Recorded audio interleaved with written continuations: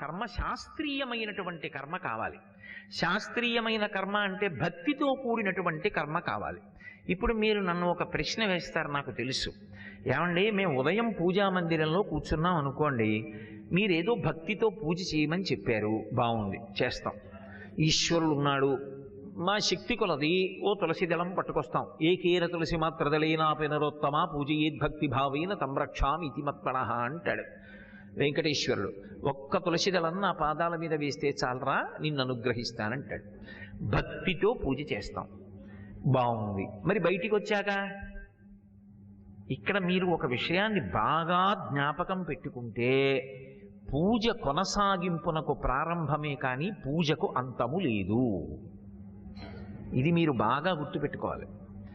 పూజకి ప్రారంభం ఉంటుంది, పూజ అయిపోవడం అన్నది లేదు నిజానికి. మీరన్న మాట మేము అంగీకరించమండి, అలా ఎలా చేస్తాం? నువ్వు చేస్తున్నావా పూజ? ఇప్పుడు నువ్వు ప్రవచనం కదా చేస్తున్నావు, మరి పూజ అవ్వలేదంటావే? అన్నం తినలా, పడుకోలా, పొద్దున్న నువ్వు వెళ్ళి ఐఐటి చెన్నైలో ప్రసంగం చేయలా, మరి అవన్నీ పూజ? పొద్దున్న పూజ చేసుకుని పైకి లేచిపోయావుగా, నీరాజనం ఇచ్చేసావుగా, మంత్రపుష్పం చెప్పేశావుగా, ప్రసాదం నోట్లో వేసేసుకున్నావుగా, ఏం చేసి వచ్చారంటే పూజ చేసి వచ్చానండి, పూజ అయిపోయింది అన్నావుగా, మరి పూజ అవ్వదంటావేమిటి అంటారేమో. మీరు ఈ విషయాన్ని కొంచెం జాగ్రత్తగా పట్టుకుంటే తప్ప కర్మ పునర్జన్మకు హేతువు కాకుండా ఎలా మోక్షమునకు కారణమవుతుందో అర్థం కాదు. ఇది మీరు కొంచెం గంభీరమైన విషయం పట్టుకోవలసి ఉంటుంది. ఇది పట్టుకుంటే మీకు తాళం చెవి దొరికిపోయినట్టే. ఏముందండి, ఇలా తిప్పితే తాళం చెవి తెరుచుకుంటుంది, ఇలా అంటే మూసుకుపోతుంది. ఇలా అండం రావాలంతే. అది రాక పిల్లవాడు అందులో పెట్టి ఓహో తిప్పుతూ ఉంటాడు. ఇలా అండం వచ్చిన వాడు చటుక్కుని తీసేస్తాడు. పూజ అంటే ఏం చేస్తారు? ఉపచారములు చేస్తారు ఈశ్వరుడికి. ఎన్ని చెయ్యాలి? చతుశ్శుపచారాఢ్య, 64 ఉపచారాలు చెయ్యాలి. అవి బాబోయ్, 64 ఉపచారాలు ఎక్కడ చేస్తామండి? షోడశోపచారములు 16 చెయ్యాలి. అన్ని ఎక్కడ కుదురుతాయండి? పంచసంఖ్యోపచారిణి 5 ఉపచారాలు చెయ్యాలి. 5 అయినా చెయ్యనండి, ఇంకెవరూ ఏమీ చేయలేరు. ఈ 5 తప్పకుండా చేయవలసిందే. ఏ 5 చెయ్యాలి? గంధ పుష్ప ధూప దీప నైవేద్యములు 5 పెట్టాలి. మీరు ఒక్కటి ఆలోచించండి కొంచెం జాగ్రత్తగా. ఈ గంధ పుష్ప ధూప దీప నైవేద్యములలో నేను మీ సౌకర్యం కోసం దీపంతో మొదలు పెడతాను. ఎందుకంటే పూజ ప్రారంభం దీపంతో కాబట్టి. దీపంతో పూజ మొదలు పెట్టండి అని నేను చెప్పినప్పుడు దీపం వెలిగించడం మంచిదే. కానీ బతికున్నంత కాలము దీపానికి ప్రమిద పెట్టమంటారా? బంగారు ప్రమిద పెట్టమంటారా? పాలిక పెట్టమంటారా? మూడొత్తులు వేయమంటారా? ఆవు నెయ్యి వేయమంటారా? కొబ్బరి నూనె పోయమంటారా? నువ్వుల నూనె పోయమంటారా? తూర్పుగా పెట్టమంటారా? దక్షిణానికి తిప్పమంటారా? పశ్చిమానికి తిప్పమంటారా? ఎన్నాళ్ళు ఆగిపోతావు కర్మ దగ్గర? కర్మత జడం. నువ్వు ఎలా పెట్టాలో చెప్పారుగా శాస్త్రంలో. సాధ్యం త్రివర్తి సంయుక్తం, 3 ఒత్తులు వేసి తూర్పు దిక్కుగా వెలిగించు చెప్పారు. వెలిగించు చాలు. అసలు దీపం ఎందుకు? దీపం వెలిగించారనుకోండి, ఏమని చెప్తాం? ఓ గంట కొట్టి నతత్ర సూర్యో భాతి నచంద్రతారకం నేమా విద్యుతో భాతి కుతోయమగ్ని త్వమేవ భాంతమనుభాతి సర్వం తస్య భాసా సర్వమిదం విభాతి అంటాం.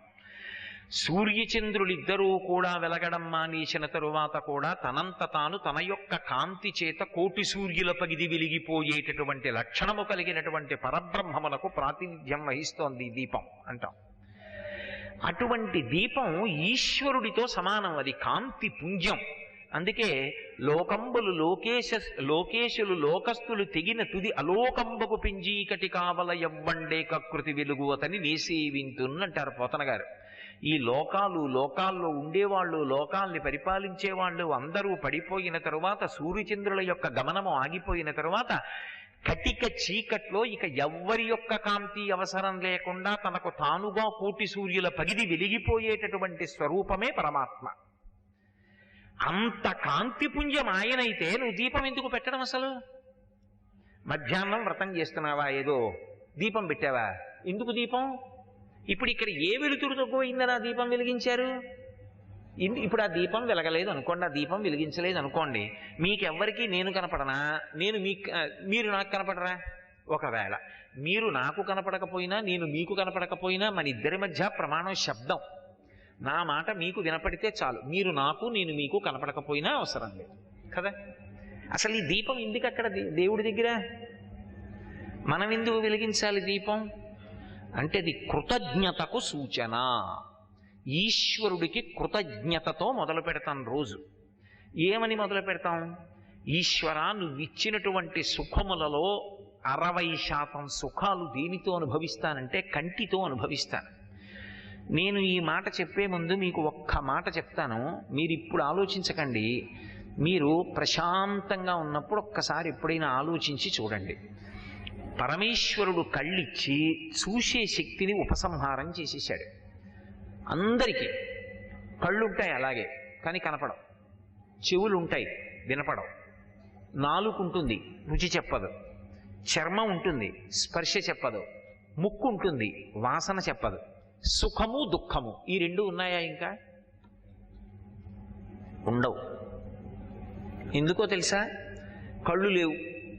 ఎదురుగుండా నాగుపాము ఎడుతోందనుకోండి, ఏం తెలుసని?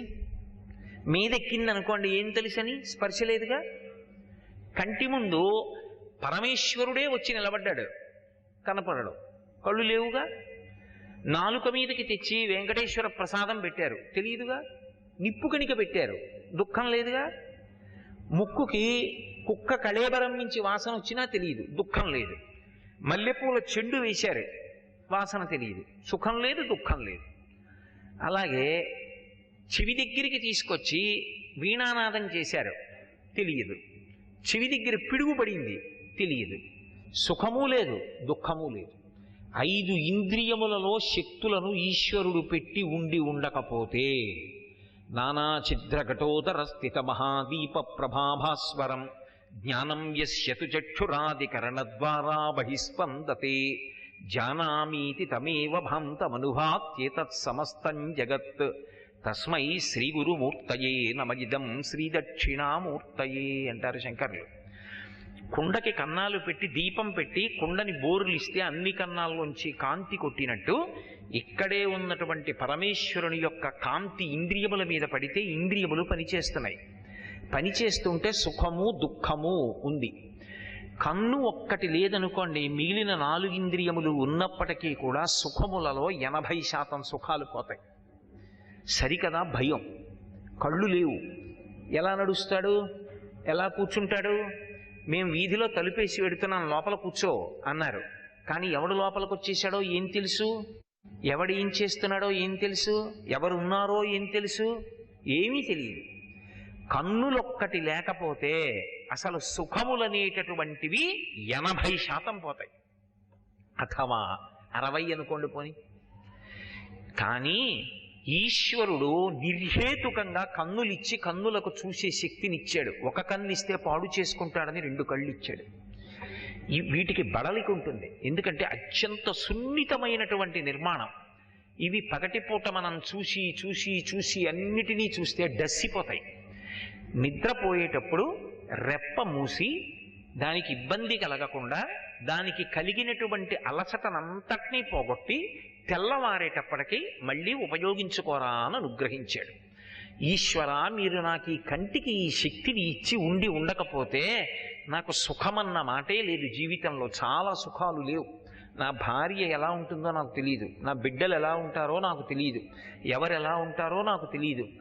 అసలు ధ్వజస్తంభం ఎలా ఉంటుంది, కొండ ఎలా ఉంటుంది, జలపాతం ఎలా ఉంటుంది, గంగా ప్రవాహం ఎలా ఉంటుంది, శ్రీ వెంకటేశ్వరుని యొక్క దివ్యమంగళమూర్తి ఎలా ఉంటుంది, నాకేం తెలియదు. నువ్వు ఈ కళ్ళిచ్చావు, ఎంత నాకు సౌఖ్యాన్ని ఇచ్చావు, ఎన్ని సుఖాలు అనుభవిస్తున్నాను ఈ కళ్ళతో. నేను అనుభవించడానికి ముందు ప్రాతకాలంలో ఇక ఈ పగటిపూట అంతా నేను సుఖాలు అనుభవించడం మొదలు పెడుతున్నాను. అనుభవించే ముందు నువ్వు ఈ కళ్ళు నువ్వు ఇచ్చిన ప్రసాదం. కన్ను చూడడానికి పనికొస్తుంది, కన్ను వెలుతురికి గుర్తు. అందుకని ఆ కన్నిచ్చి కంటికి వెలుతురిచ్చి వెలుతురు చేత చూడడానికి అవకాశం కల్పించావు కనుక దీపం పెట్టి నీకు కృతజ్ఞత చెప్తున్నాను. ఇంత ఉపన్యాసం చెప్పలేను కనుక అందుకు దీపం పెట్టావు. ఇప్పుడు దీపము ఆయన నీకు చేసినటువంటి ఉపకారమునకు కృతజ్ఞత. మనుష్య జన్మలో అన్నిటికన్నా హేయమైనది ఏది అంటే కృతజ్ఞత. చేసిన ఉపకారం మర్చిపో. లక్ష్మణస్వామి కిష్కింధకాండలో అంటాడు, బ్రహ్మగ్నీచ సురాపీచ చోరే భగ్నవ్రతే తథా నిష్కృతిర్విహితా సిద్ధి కృతఘ్నో నాస్తి నిష్కృతి. బ్రహ్మహత్య చేసిన వాడికి, దొంగతనం చేసిన వాడికి, సురాపానం చేసిన వాడికి, ఒక వ్రతం చేస్తానని నీళ్లు పుట్టుకుని సంకల్పం చేసి కూడా వ్రతం చెయ్యనటువంటి వాడికి కూడా నిష్కృతి ఉందేమో కానీ చేసిన ఉపకారాన్ని మరిచిపోయినటువంటి కృతఘ్నుడికి మాత్రం నిష్కృతి లేదు. ఈశ్వరుడు ఇంత ఉపకారం చేస్తే కనీసం ఒక దీపాన్ని వెలిగించలేకపోతే ఎంత కృతజ్ఞతతో కూడుకున్న జీవితం అది. అందుకు దీపం పెడుతున్నావు. ఇప్పుడు గంధ పుష్ప ధూప దీప నైవేద్యములలో ఒకటి చెప్పాను, కన్ను, చూడడం, దీపం, ఈ మూడు ఒక వరుస. అలాగే గంధ అంటే గంధం, స్వామివారికి గంధాన్ని అనులేపనం చేస్తాం. ఈ గంధాన్ని ఎందుకు అనులేపనం చెయ్యాలి? ఈశ్వరా, నాకు చర్మాన్ని ఇచ్చావు, ఈ చర్మంతో నేను ఎన్ని సుఖాలు పొందుతున్నాను. పుత్రగాత్ర పరిష్వంగం అంటారు. నా కొడుకొచ్చి నాన్నగారండి అని నన్ను పట్టుకున్నాడు అనుకోండి, నాకు గొప్ప ఆనందం. అలాగే భార్య ఆలింగనం ఒక గొప్ప సౌఖ్యం. మనవడు తాత తాత అని వచ్చి ముట్టుకుని నా ఒళ్ళో కూర్చున్నాడు అనుకోండి, మెత్తగా పూల పొట్లంలా ఉన్నవాడి చిన్ని బొజ్జ మీద రెండు చేతులేసి వాడిని దగ్గరికి లాక్కున్నప్పుడు నాకు ఒక గొప్ప సుఖం. స్పర్శ చేత నేను ఎన్ని సుఖాలు పొందుతున్నాను. ఈశ్వర, ఈ చర్మం ఇచ్చి, ఈ చర్మం కూడా నా చిన్నతనంలో ఓ 2 మీటర్లు సరిపోతుంది. నేను పెద్దవాడిని అయ్యాక ఇంత పొడుగైపోతే ఓ 25 మీటర్లు కావాలి. 2 మీటర్లు నీకు సరిపోదు, అందుకని ఇంకో 23 మీటర్లు ఇస్తాను, అది ఇది కలిపి కుట్టించుకుని మళ్ళీ తొడుక్కో అనలేదు ఆయన. అలాగని సాగతీయలేదు. ఎంత అద్భుతంగా చర్మాన్ని ఎంత పెద్దవాడవుతున్నా అలాగే ఉంచాడు. ఈశ్వర, అంత స్పర్శనిచ్చావా? గోటి దగ్గర నుంచి అరికాలు వరకు, తల నుంచి అరికాలు వరకు అన్ని చోట్ల స్పర్శనిచ్చావా? ఎన్ని సుఖాలు అనుభవిస్తున్నాను. దీనికి కృతజ్ఞతగా నీకు చందనాన్ని అనులేపనం చేస్తున్నాను, చల్లగా ఉండాలని. ఇప్పుడు స్పర్శ సుఖాన్ని ఇచ్చినందుకు ఆయనకి కృతజ్ఞత చెప్పారు, చందనాన్ని అల్లది.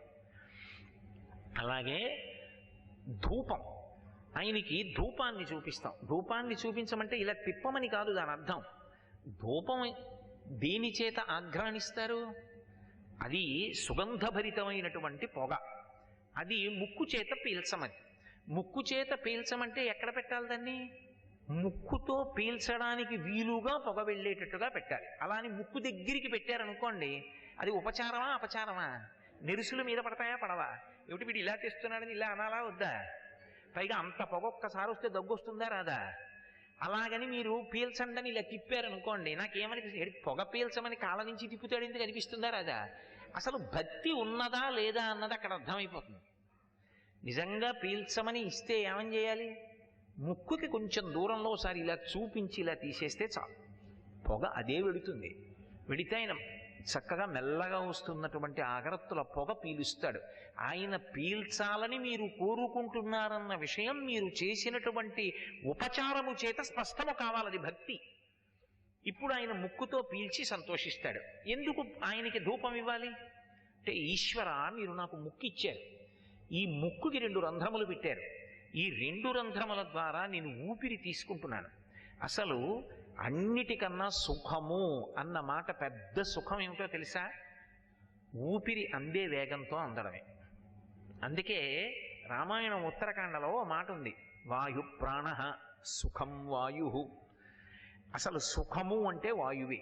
గాలి తగలటం లేదనుకోండి, ఉక్కబెట్టేస్తోందండి అంటారు. గాలి వేస్తోంది అనుకోండి, చల్లగా ఉందండి అంటారు. ప్రవచనం కూడా ఏసీ మంటపాల్లో ఎందుకు పెట్టుకుంటారు? వినేవాడికి చెప్పేవాడికి కూడా చల్లగా హాయిగా ఉండాలని కదా. కాబట్టి వాయు ప్రాణ సుఖం వాయు. ఆ ఊపిరి అందట్లేదు అనుకోండి, మీరు ఎన్ని మధుర పదార్థాలు తీసుకొస్తే ఆవిడకి కావాలి, ఎంత ఐశ్వర్యం ఉంటే ఆవిడకి కావాలి, ఎంత దుశ్శాలుగా పట్టుకొస్తే ఆవిడకి కావాలి, అవతల ఊపిరి అందకపోతే. అందుకే వడిబాయక తిరిగే ప్రాణబంధుడా అంటాడు అన్నమయ్య. ఆ ఊపిరి సుఖం. ఆ ముక్కు చేత ఊపిరిని పీల్చి ఊపిరి విడిచిపెడుతున్నాం మనం ఏదో ఎమర్జెన్సీ ఎగ్జిట్ ఎంట్రీలు పెట్టామనుకుంటాం. శరీరం నిలబడాలంటే ఊపిరి పీల్చాలి. వీడు అక్కర్లేని విషయాల జోలికి పోయి పడిశం పట్టించుకుంటే ఊపిరి తీయడానికి పడిశం పడితే అవకాశం లేదన్నాడు అనుకోండి ఈశ్వరుడు, ఎంతమంది పడిపోతారు? పడిశం పట్టనవాడు ఉంటాడు లోకంలో. ఆయన ఎమర్జెన్సీ ఎంట్రీ కోసం కంఠంలోంచి నోట్లోంచి గాలి పీల్చుకో అన్నాడు. ఇన్ని ఏర్పాట్లు చేశావా? చేసి ఎన్ని సువాసనలు, అసలు వాసన చేత సగం అనుభవించేస్తాడు కదండి మనిషి. ఏం వండుతున్నావా, ఎంత మంచి వాసన వస్తుంది, తొందరగా భోజనం పెట్టేయి అంటాడు. అసలు ముందు వండుతున్న పులుసులో సగం వాసనతోనే తినేశాడు. అయినప్పుడు మరి వాసన చేత ఎన్ని సుఖాలు అనుభవిస్తున్నారు? వాసన చేత సుఖం అనుభవించడమే అనుకుంటున్నారేమో, వాసన చేత ఆశీర్వచనం చేస్తారు. వాసన ఆశీర్వచనములకు కారణం. ఎందుచేత అంటే ఒక వయస్సు దాటిపోయిన తరువాత తన కడుపున పుట్టినటువంటి బిడ్డ అయినప్పటికీ కూడా శరీరం మీద ఏ భాగం మీద ముద్దు పెట్టకూడదు. అది తల్లి కానివ్వండి, తండ్రి కానివ్వండి. కొడుకే ఉన్నాడనుకోండి, నా కూతురే ఉంది, నా కడుపున పుట్టిన కూతురు, కానీ దాన్ని నేను చూసినప్పుడు ఎంతో సంతోషం కలిగినా నేను దాన్ని చటుక్కున నానా అని దగ్గరికి తీసుకుని ముద్దు పెట్టుకోకూడదు. నేను ఏం చెయ్యాలి అంటే దాని రెండు చెంపల మీద చెయ్యేసి దగ్గరికి తీసుకుని దాని తల పైన వాసన చూసి విడిచిపెట్టాలి. సపుత్రమూర్జునుపాఘ్రాయ రాజా దశరథ ప్రియం అంటుంటారు వాల్మీకి మహర్షి. బిడ్డల యొక్క మూర్ధన్య స్థానమునందు అంటే 8 ఏళ్లు దాటిపోతే ఇక ముద్దు పెట్టకూడదు. వాసన చూసి వదిలిపెట్టేస్తే అది ఆయుక్కారకం, పిల్లలకి ఆశీర్వచనం. మరి ముక్కు చేత ఈశ్వరుడు ఇన్ని వైభవాలు ఇచ్చాడే, ఈశ్వర మీరు మాకు ఇన్ని సుఖాలు ఇచ్చారు, నేను మీకు కృతజ్ఞత ఆవిష్కరిస్తున్నాను, ఒక్క ధూపాన్ని మీకు సమర్పిస్తున్నాను, ఈ వాసన పీల్చండి. ఇంత కట్ట వెలిగించమని ఈశ్వరుడు అడగలేదు, ఒక్క అగరపుల్ల చాలు ధూపం. ఇక నైవేద్యం, ఈశ్వర నాలుకిచ్చావు, దాని మీద రసాంకురములు ఇచ్చావు, అవి అప్పుడప్పుడు కాలిపోతుంటాయి. రజోగుణంతో చాలా వేడిగా తినాలని కోరుకుంటే అవి కాలిపోతుంటాయి, మళ్ళీ పుట్టిస్తూ ఉంటాడు. ఆ రసాంకురములకు తగిలి రుచి తెలుస్తూ ఉంటుంది. ఒక్క తీపిలో ఎన్ని తీపులో, మళ్ళీ బూరె ఒక తీపి, జిలేబీ ఒక తీపి, లడ్డు ఒక తీపి, ఆ లడ్డులో రకరకాల లడ్లు, ఇన్ని రకాలైన రుచులు నాలుకతో అనుభవించి నేను సంతోషిస్తున్నానా లేదా? ఈశ్వర మీరు నాకు నాలుక మీద రసాంకురములు ఉంచి ఇంత అనుగ్రహాన్ని ఇచ్చారు, ఇన్ని సుఖాలు అనుభవిస్తున్నాను, కాబట్టి నేను మీకు కృతజ్ఞత చెప్తున్నాను. అది నైవేద్యం. సాత్వికమైనటువంటి బుద్ధితో ఉన్నారు కనుక సాత్వికమైన పదార్థాన్ని నైవేద్యం పెడతారు. సమోసా పెట్టకూడదా అండి అంటే అది రజోగుణ సముద్భవం, అందులో మసాలా ఉంది, నువ్వు సత్వగుణంతో ఉన్నావు కాబట్టి సాత్వికమైన పదార్థాన్ని నివేదన చేస్తారు. ఓ పాలో పండో చక్కెర పొంగలో ఇటువంటివి నైవేద్యం పెడతారు. కాబట్టి నైవేద్యం పువ్వులతో పూజ చేస్తాం. పూజ చేయడం దగ్గరికి వచ్చేటప్పటికి 108 నామాలైనా చెప్తాం, 1000 నామాలైనా చెప్తాం. ఏమి 108 నామాలో 1000 నామాలో తప్ప మధ్యలో 373 486 973 ఎవరు రాయిరా? అందరికీ 108 వచ్చేటప్పటికి ఇంకా ఆగిపోయి, 1000 వచ్చేప్పటికి ఆగిపోయి అలాగే ఉంటుందా అంటే కాదు. 108 నామములతో మనుష్యుడు పూజ చెయ్యాలి. ఎందుకని అంటే మొదట పూజ ప్రారంభం చేసినప్పుడు ఏదో ఆత్రేయ గోత్రస్య కోటేశ్వర శర్మనామధేయస్య ధర్మపత్ని సమేతస్య సకుటుంబస్య సపుత్రకస్య సపరివారస్య సమాంధవస్య క్షేమస్థైర్య విజయ అభయ ఆయురారోగ్య ఐశ్వర్యాభివృద్ధ్యర్థం ధర్మార్థ కామమోక్ష చతుర్విధ పురుషార్థ ఫల సిద్ధ్యర్థం అని సంకల్పం చెప్పిన ఉదార హృదయుడై పూజ చెయ్యాలి. 108 నామాలతో 108 పువ్వులు ఎందుకు సమర్పిస్తారంటే ఈ సమస్తమైనటువంటి జగత్తు కూడా నక్షత్రముల యొక్క పాదముల యందు పుడుతుంది. ఏ రోజు పుట్టాడు, ఏ తిథిలో పుట్టాడుతో సంబంధం ఉండదు. ఏ నక్షత్రంలో పుట్టాడు అన్న దాన్ని బట్టి జాతక చక్రం వేసి గ్రహములు ఏవి తిరుగుతున్నాయి జాతకంలో అన్నది నిర్ణయం చేస్తారు. ఏ నక్షత్రంలో ఏ పాదంలో పుట్టాడన్నది చూస్తారు. 27 నక్షత్రములు, 27 నక్షత్రములకు ఒక్కొక్క నక్షత్రములకు ఒక్కొక్క పాదం చప్పున 108 పాదాలు. ఈ సమస్త జగత్తు అన్ని ప్రాణులు 108 పాదాలలోనే పుట్టాయి. ఎవరు వెళ్ళిపోయినా ఈ 108 పాదాల్లోనే వెళ్ళిపోతారు. 108 పాదములలో పుట్టి వర్ధిల్లుతున్నటువంటి ఈ జగత్తులోని సమస్త ప్రాణులు సుఖమును పొందెదరుగాక. శం ద్విపదే శం చతుష్పదే, అవి 4 కాళ్ళున్నవి కావచ్చు, 2 కాళ్ళున్నవి కావచ్చు, అందరూ సుఖంగా ఉండాలి ఈశ్వర. అందుకని 108 పువ్వులు కాదు. నాకు ఆ నామములు చెప్తుంటే నామములు గౌణములు, ఈశ్వరుని యొక్క గుణముల యొక్క ఆవిష్కారమే నామము. ఆ నామాలు చెప్తున్నప్పుడు ఆయన గుణాలు జ్ఞాపకానికి వచ్చి నా మనసు రంజిల్లిపోతోంది. 108తో ఆపలేకపోయాను. అప్పుడు సహస్రం అంటే అనంతం. ఇప్పుడు పువ్వులతో పూజ చేశారు. పువ్వులతో పూజ చేస్తే పరమేశ్వరుడు చెవులిచ్చినందుకు ఆయనకి కృతజ్ఞత. ఎందుకని? ఈశ్వరుడు చెవులిచ్చాడు. ఈశ్వరుడు చెవులు ఇచ్చాడు కాబట్టి ఎన్ని సుఖాలు లోకంలో. హిరణ్యకశిపుడు ప్రహ్లాదుడితో మాట్లాడుతూ అంటాడు, మొట్టమొదట కొడుకు మీద ప్రేమతో ఉన్న రోజుల్లో పిలిచి ఒక మాట అన్నాడు, తనయుల సంభాషణములు జనకులకు కర్ణయుగడి సద్భూషణములు అన్నాడు. కొడుకు వచ్చి రాని మాటలు మాట్లాడుతుంటే మొట్టమొదట ఒక పద్యాన్ని అప్పచెప్తుంటే, తండ్రి చెవులకు పెట్టుకున్న ఆభరణాల్లో ఉంటాయిరా కొడుకు మాటలు, రా తల మీద కూర్చో, ఏది చెప్పు అన్నాడు. ఈ చెవులతో ఎన్ని వింటున్నామో, ఎన్ని సంతోషాలు పొందుతున్నామో. భృంగావళీచ మకరంద రసాన్ విద్యజంగా రగీతని రథై సహసేవనాయ అంటున్నామా? భృంగముల యొక్క ఝంకారాన్ని వింటున్నాం, వీణానాదం వింటున్నాం, వేణునాదం వింటున్నాం, జలపాతం యొక్క చప్పుడు వింటున్నాం, ఎన్ని శబ్దాలు, భార్య పిలుపు వింటున్నాం, బిడ్డల యొక్క పిలుపులు వింటున్నాం, మనవల యొక్క పిలుపు వింటున్నాం, స్నేహితుల యొక్క మాటలు వింటున్నాం, పెద్దల యొక్క ప్రవచనాలు వింటున్నాం. ఇన్ని మాటలు వింటూ ఎన్ని సుఖాలు పొందుతున్నామో. ఇన్ని సుఖములకు కారణమైన చెవులు నువ్వు ఇచ్చినందుకు ఈశ్వరా కృతజ్ఞత, నీకు నేను పువ్వులు సమర్పిస్తున్నాను. మీరు మళ్ళీ నన్ను ఇక్కడ అనుమానం అడుగుతారని నాకు తెలుసు. దీపం అంటే కంటితో సంబంధం, బాగుంది, కృతజ్ఞత. స్పర్శేంద్రియం చర్మానికి కృతజ్ఞత, గంధం రాశాం, బాగుంది. నాలుకిచ్చావు, కృతజ్ఞత చెప్పావు, నైవేద్యం పెట్టావు, బాగుంది. ముక్కిచ్చాడు, దానికి కృతజ్ఞత చెప్పావు, సువాసనాభరితంగా ఆయనకి ధూపాన్ని వేశావు, బాగుంది. ఆయన చెవులు ఇవ్వడానికి పువ్వులు వేయడానికి ఏమిటి సంబంధం? పువ్వుకి చెవుకి ఏమిటి సంబంధం? పువ్వులు చెవుల్లో పుట్టవుగా. పోనీ ప్రసాదం చెవిలో పెట్టుకున్నాడన్నా మొట్టమొదటి చెవిలో పెట్టుకోరు, ఇవ్వగానే కళ్ళకత్తుకు చెవిలో పెట్టుకోకూడదు, ముందు తల మీద పెట్టుకోవాలి. తల మీద పెట్టుకుని ఎక్కడ పడితే అక్కడ కింద పడిపోయి ఎవరైనా తొక్కకుండా చెవిలో పెట్టుకుంటారు. అయినప్పుడు మరి ఏమిటి సంబంధం చెవికి పువ్వుకి అంటే, మీరు ఒకటి గుర్తుపెట్టుకోండి, పువ్వు ఎక్కడ ఉన్నా కూడా ఆ పువ్వు కొరకు ధ్వని ఉంటుంది. ఎవరిది? తుమ్మెద. తుమ్మెద ఝంకారం చేస్తూ వస్తుంది పువ్వు దగ్గరికి. ఎప్పుడు ఆపేస్తుంది? పువ్వు మీద వాలి తేనె తీసుకునేటప్పుడు ఆపేస్తుంది. అంటే ఇప్పుడు ఈ ఝంకారములు, ఈ ధ్వనులన్నీ ఎవరి కోసం? కేవలముగా ఆ పువ్వుల కోసమే చేసాయి. ఎవరి కోసము ఏది చేయబడిందో అది వారికే చెందుతుంది. ఇప్పుడు ఈ పూలదండ ఎవరి కోసం తెచ్చారు? నా కోసం. ఇది ఎవరికి వేశారు? నాకేశారు. ఇప్పుడు ఇది నేను కొనుక్కున్నానా, నేను అల్లుకున్నానా, నీ తెచ్చుకున్నానా? కానీ ఇది ఎవరిది? నాదే. ఒకవేళ నేను ఇక్కడ విడిచిపెట్టి వెళ్ళిపోయినా, కోటేశ్వరరావు గారు వేసుకుని విడిచిపెట్టిన మాల, ఇది కోటేశ్వరరావు గారి మాల అని కదా మీరు అంటారు. నేను ఈ మైకులు పట్టుకెళ్ళిపోయాను అనుకోండి, ఏమంటారు? అదేం ధూర్తతనం, వీడు మైకులు పట్టుకు వెళ్ళిపోయాడు ఏంటి అంటారు. ఇవి నావి కావు, ఇది నాది. నా కొరకు అని చేయబడినదేదో, సమర్పింపబడినదేదో అది దానిది. సర్వం శ్రీ ఉమామహేశ్వర పరబ్రహ్మార్పణమస్తు. స్వస్తి.